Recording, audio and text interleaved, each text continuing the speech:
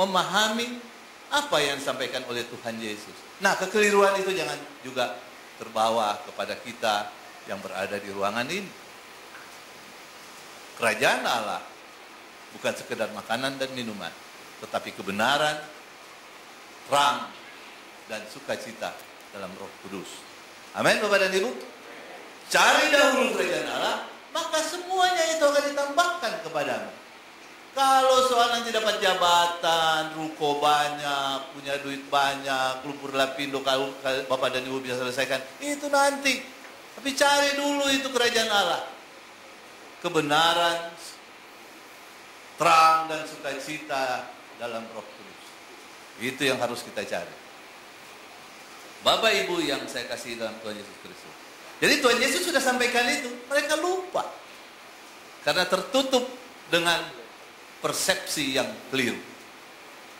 Bahkan musuh Tuhan Yesus lebih ingat. Pada waktu Tuhan Yesus mati, musuhnya itu orang-orang Farisi dan Saduki, orang Farisi dan imam-imam kepala itu ingat. Bapak dan Ibu bisa baca di dalam Matius 27 ayat 63. Begitu Tuhan Yesus mati, mereka datang kepada Pontius Pilatus. Dia bilang bahwa dia nanti kalau dia mati, dia akan bangkit hari ketiga. Taruh penjaga yang banyak. Makanya Pontius bilang, udahlah, lakukanlah sesuai kehendakmu. Mereka taruh batu besar di situ. Jadi orang-orang yang memusuh Tuhan Yesus pun percaya dia pasti bangkit. Tapi orang yang murid-muridnya yang tiap hari mengikuti dia, tidak percaya. Karena tidak menyimak dengan baik. Nah, oleh karena itu, mari kita menyimak dengan baik. Carilah dahulu kerajaan Allah dan kebenarannya, maka semuanya itu akan ditambahkan kepadamu. Ditambah-tambahkan. Bapak dan Ibu yang kekasih dalam Tuhan Yesus Kristus, saya bersaksi. Pada waktu saya mau pensiun, ya tadi kan ditanya, Pak Wenas naik pesawat gimana pulang bagaimana? Sudah, nggak ada masalah, saya bilang. Saya pensiun jenderal polisi itu 3 juta. 3 juta. Tapi bagaimana saya bisa naik ke pesawat duduk kelas eksekutif? Bapak dan Ibu, saya tidak mau disuruh bayar-bayar nekan orang. Enggak. Sebelum saya pensiun, teman-teman saya datang kepada saya. Nas, kamu udah mau pensiun. Udah, kamu harus pendekatan biar jadi komisaris di BUMN. Kamu mau kerja apa? Yang ada di otak saya cuma satu. Pak, saya sudah punya dunia sendiri. Saya sudah punya kesibukan sendiri, saya bilang. Karena saya pengurus gereja. Saya ketua 1 PHMJ. Kegiatan saya tiap malam lengkap. Saya suka diundang oleh gereja-gereja untuk membawa firman Tuhan. Jadi saya siapkan diri saya untuk itu. Jadi kamu gak mikirin uang. Uang itu gampang, saya bilang. Tanpa saya sadar tercetus seperti itu. Padahal cari uang juga susah. Betul kan Bapak dan Ibu? Susah. Gak percaya, coba jalan dari sini sampai Tanjung Perak. Cari di jalan, gak akan ketemu. Susah cari uang. Tapi tercetus saja, saya bilang. Gampang, gak ada masalah. Saya sudah bayangkan saya akan nyanyi dengan teman-teman saya. Saya baca Alkitab, saya baca buku di rumah, saya bikin khotbah, sampaikan kabar sukacita kepada siapa saja. Saya nggak mau ikut-ikut itu. Teman saya yang Kapolri, udah Nas, kamu dengan saya aja. Nanti kalau pensiun, dia kasihan sama saya. Di kantor saya, nanti setiap bulan saya kasihlah kamu uang listrik. Berapa tuh? Saya tanya, 10 juta. Senang juga. Mau Nas kan? Ya nantilah, saya bilang gitu aja. Nah saya membayangkan saya akan kerja seperti ini. Tiba-tiba saya masih dinas, ada orang datang kepada saya. Nggak akrab, malah dulu pernah saya tangkap. Dia marah sekali sama saya. Datang, Pak Wenas, boleh nggak Pak Wenas jadi komisaris di perusahaan saya? Saya lihat wajahnya. Aduh ini kasihan. Terus dia yakinkan saya kaya Pak. Saya bilang, jangan bicara kaya, Pak. Tuhan saya jauh lebih kaya dari Bapak, saya bilang. Jangan bicara kaya kalau Bapak ingin saya mau kerja dengan Bapak. Apa sih maksud Bapak suruh saya kerja di tempat Bapak? Itu dulu yang penting. Baru saya jawab. Gini Pak, setelah sekian lama dulu Bapak saya marah sekali. Karena Bapak nangkap saya. Tapi setelah lama-lama saya sadar bahwa Bapak orang yang paling baik. Ternyata Bapak ini pendeta, dia bilang. Bayangkan, tahun 2001 saya tangkap dia di Kalimantan Timur. Yang 5 kapal itu, 5 kapal muat kayu itu. Rugi besar dia. Dia bilang, tapi setelah Bapak tangkap saya datang kepada orang yang keliru. Akhirnya saya malah masuk penjara, katanya. Bukan karena Bapak tangkap, bukan. Karena waktu dia tangkap, saya tangkap kapalnya, saya bawa ke jaksa, dilepas oleh jaksa. Jaksanya yang dicopot semua. Dia melenggang kangkung. Nah, ya kan? Tapi dia dapat kasus lagi lain yang ketangkep. Nah, dia urusan dia. Di penjara itu saya sadar. Sebenarnya kamu udah miskin dong, saya bilang gitu. Oh enggak Pak, saya kaya. Masih usaha kayu? Enggak Pak, saya kelapa sawit. Oh, saya bayangkan yang namanya kelapa sawit itu kan Martua Sitorus yang kaya, iya kan? Martua Sitorus, iya kan? Iya yang banyak.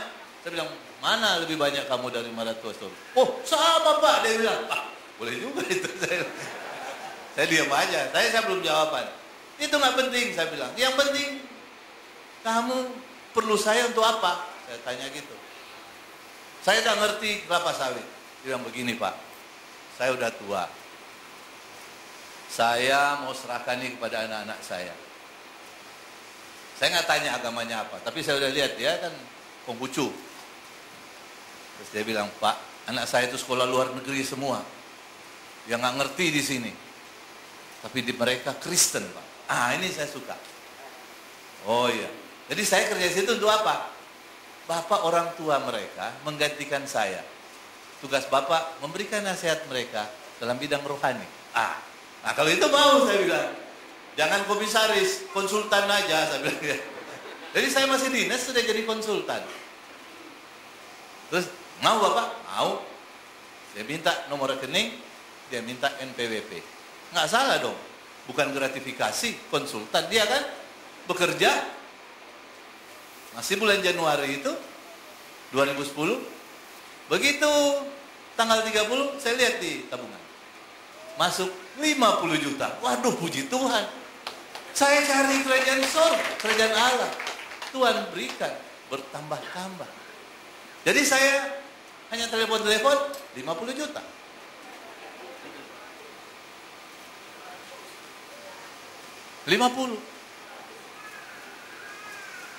Jadi setelah itu, setelah saya pensiun, dia bilang, Bapak mobilnya sedan.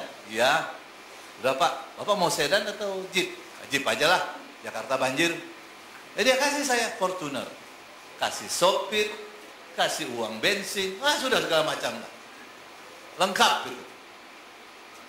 Kemudian dikasih ruangan. Saya bilang, saya harus kesini tiap hari. Enggak, suka-suka Bapak aja. Nah, ini Bapak Ibu. Saya kerja untuk kerajaan dunia itu suka-suka saya. Tapi gajinya pasti. Nah, tapi kerja untuk Tuhan pasti. Pasti. Pasti terus. Kerajaan Allah pasti. Iya. Setelah itu dia kasih gaji saya 80 juta. Amin Bapak dan Ibu. Amin. Jadi apa yang saya takutkan? 80 juta datang ke sini saya naik. Berapa uang tiket? Saya kumpul-kumpul aja itu. Kalau sudah banyak saya ajak anak istri, orang-orang, teman-teman ke Singapura. Saya bilang, nah, kita nyanyi di Singapura. Setelah udah habis nanti juga gajian lagi, ya kan? Selesai. Kita menyampaikan kabar sukacita terus. Untuk apa? Untuk kumpul duit banyak-banyak seperti Tuhan bilang. Jadi gudang. Mak itu mati. Selesai, ya kan? Kita sampaikan kabar sukacita terus dengan yang Tuhan berikan kepada saya. Nah itu, carilah dahulu kerajaan Allah. Maka semuanya akan diberikan kepadamu, ditambahkan kepadamu. Amin Bapak dan Ibu. Itulah kerajaan Allah.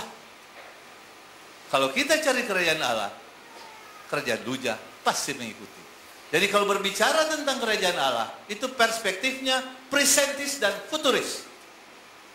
Berbicara kerajaan Allah, kerajaan surga, bukan nanti, oh setelah mati, saya Yerusalem baru, saya masuk surga. Bukan hanya itu. Presentis dan futuris. Pada saat ini, Bapak dan Ibu sudah hidup dalam kerajaan Allah. Saya hidup dalam kerajaan Allah. Saya hidup dalam ketenangan, dengan penuh sukacita. Nggak takut-takut.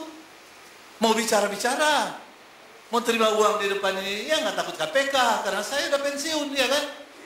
Kalau saya kerja di BUMN, mau terima lihat kiri kanan. Nah, nanti ada. Ini enggak apa-apa.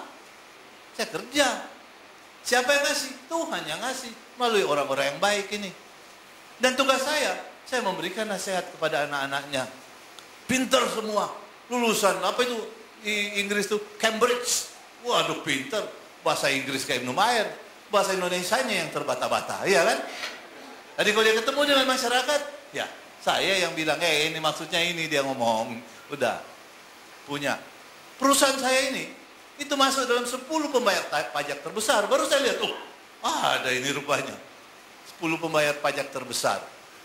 Kekayaannya puluhan triliun. Tapi, saya bilang, waduh puji Tuhan. Tuhan bawa dia kepada saya. Nggak perlu saya cari-cari. Tuhan bilang, nih, datang. Ke Wena sana itu. Ya, datang sendiri. Bapak Ibu tahu saya kalau kerja jam berapa? Masuk kantor jam 10, jam 12 saya pulang. Nah, kan enak kan? Jam 12 kalau giliran makan, saya pulang. Sudah selesai. Nggak ada yang nanya-nanya. Namanya penasehat. Kalau nggak ada yang mau dinasehati, ya saya pulang. Gajinya tetap terus. Dan semua senang. Datang dipuji-puji terus. Itulah kalau kita dekat dengan Tuhan. Kita mencari kerajaan Allah. Amin, Bapak dan Ibu? Nah, Bapak dan Ibu, bagaimana supaya kita bisa masuk kerajaan Allah? Apakah seperti yang saya sampaikan tadi? Yang kita baca tadi, bahwa seperti seorang muda yang pintar. Orang muda yang pintar itu, yang dia datang pada Tuhan, dia mengatakan bahwa, guru yang baik, bagaimana supaya saya bisa masuk dalam kerajaan Allah? Tuhan Yesus bilang begini, sudah, lakukan. Sini, biar nggak jatuh lagi. Lakukanlah yang sudah tertulis dalam kitab hukum Taurat. Oh, itu sudah. Jangan membunuh, jangan ini. Oh, sudah, guru. Hebat orang muda ini, Bapak dan Ibu. Sangat hebat. Karena kalau orang tua kaya, itu biasa. Tapi kalau muda kaya, masih umur 35 gitu sudah kaya, wah itu luar biasa. Betul kan? Jarang orang muda kaya. Jarang. Kalau dia nggak kolusi, segala macam. Tapi dia orang tua baik. Sudah melakukan hukum Taurat. Membunuh. Enggak. Saya tidak membunuh, Pak. Jangan mencuri. Nggak mencuri. Nggak korupsi dia. Kaya, tapi kaya. Hebat. Nah ini lagi yang hebat nih orang muda kaya ini. Bersinah? Tidak. Di Indonesia jarang orang muda kaya nggak bersinah. Iya kan? Muda, ganteng, banyak duit. Oh pasti cewek-cewek nempel kayak perangko, ya kan? Gimana dia nggak tertarik? Ya enggak semua. Enggak. Tapi Tuhan Yesus bilang apa sama dia? Dia tanya lagi, sudah saya lakukan Tuhan. Apalagi yang harus saya lakukan? Tuhan Yesus bilang, sini. Jual hartamu, bagikan ke orang-orang miskin, dan datanglah ke saya mengikuti aku. Orang muda itu pulang karena dia tidak sanggup melakukan itu. Susah sekali masuk kerajaan surga, kata murid-muridnya. Ya guru, kalau begitu gimana mau masuk kerajaan Allah? Ingat, setelah itu Tuhan mengatakan,